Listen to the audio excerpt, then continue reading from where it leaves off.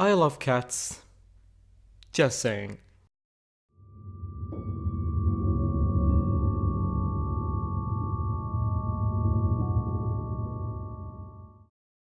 Night of the Galactic Railroad is an anime film based on Kenji Miyazawa's novel, and probably the most known anime that is based on his work. It was released in 1985 and was directed by the legendary Gisaburo Sugii, who started working in the anime industry ever since the 1960s with Astro Boy, and directed my favorite baseball anime, 9. And possibly, my favorite anime that is based on a video game, Street Fighter 2, the animated movie. A bigger legend also worked on the storyboard of the film, Koichi Mashimo. This man directed anime classics like Gatchaman, Ice-T, The Irresponsible Captain Taylor, and the underrated Robin Hood no Daiboken. The story follows Giovanni, a boy who lives his life working to get food for his sick mother and not living his life as a normal kid. He just spends his days working after school. His father went on a trip for a long time and still did not get back, but he is still optimistic that he will be back someday. Then comes the night that triggers the story. Giovanni lies on a hill and tries to relax after a long day of work, and suddenly a mysterious train appears out of thin air and he decides to attend it. There he meets his childhood friend Campanella, and thus their journey among the stars begins. I don't have a problem with the story as much as the adaptation itself. For 20 years I still have little things that bother me, but thankfully they don't break the experience as a whole. The novel itself is amazing, but the adaptation suffers from few things, and the obvious flaw to me is the pacing. It's really slow, and the movie is an hour and 40 minutes long, and nothing really happens within the first hour other than when the train shows up for the first time. The plot really becomes interesting in the last 40 minutes, where it builds up to the major twist ending, and to be honest, it is worth it for that ending alone. I remember when I watched it for the first time, and the first hour was really hard to get through, and I thought it was boring. But after knowing that ending, my second viewing was different, and I started to like some of those, boring scenes, because they were filled with hints that were related to the ending. The pacing would have been smoother though if the first hour was like 20 minutes shorter. What I really liked is that the film uses a chapter format. Each chapter has a transition and a title, and they span for a few minutes, so there were a lot of them. As for the theme of the story, like any of Kenji Miyazawa's work, the story explores many beautiful things, but the most obvious one is the pursuit of happiness, and what does real happiness mean? Because each character Giovanni encounters on the train have a different form of what makes them happy, and I thought the director portrayed that message well.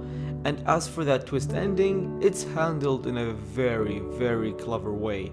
You see the movie slowly builds up to that twist, a very dark and depressing twist, and you know it's coming, but you don't know how it will come, and deep down you don't want it to happen, but you know it's happening, and when it does, it caught me off guard. The ending was calm, subtle, and bittersweet, just like the entire movie, and that approach made a sad ending a beautiful one, ironically. Giovanni is a great character. He represents the innocence of being a kid.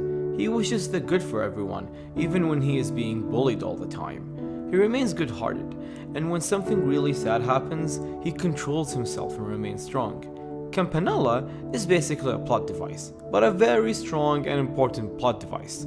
But it's mainly the story of Giovanni and his experience being on the galactic train. Unlike the book, which uses normal people as the characters, the film uses the humanoid animal approach, where all the characters are humanoid cats. Yay!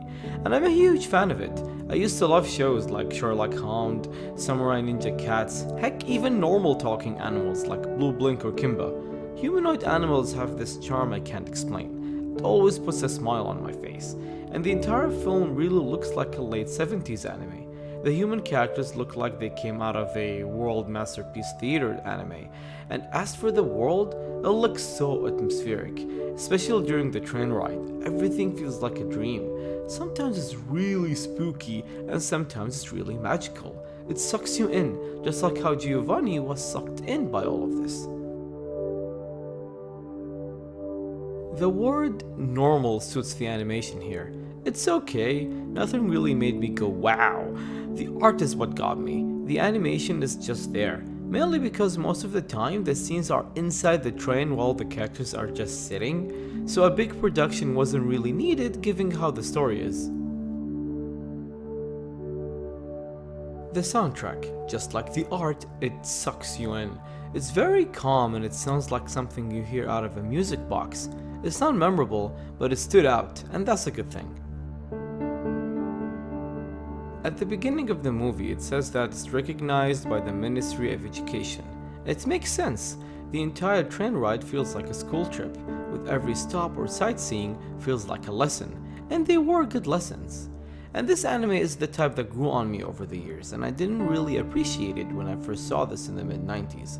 Almost everything about this anime is great, except for a few pacing issues, and I loved that ending, which made the entire story so deep, meaningful, and beautiful, even though it was a little dark, and that's why I still find it weird that this is considered a children's movie, because that ending and what the story is really about is not something a child should see.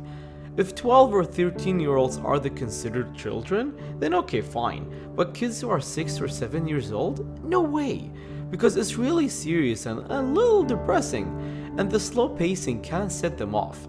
And to this day, I believe Goche the Cellist is the best Kenji Miyazawa anime that is suitable for kids of all ages.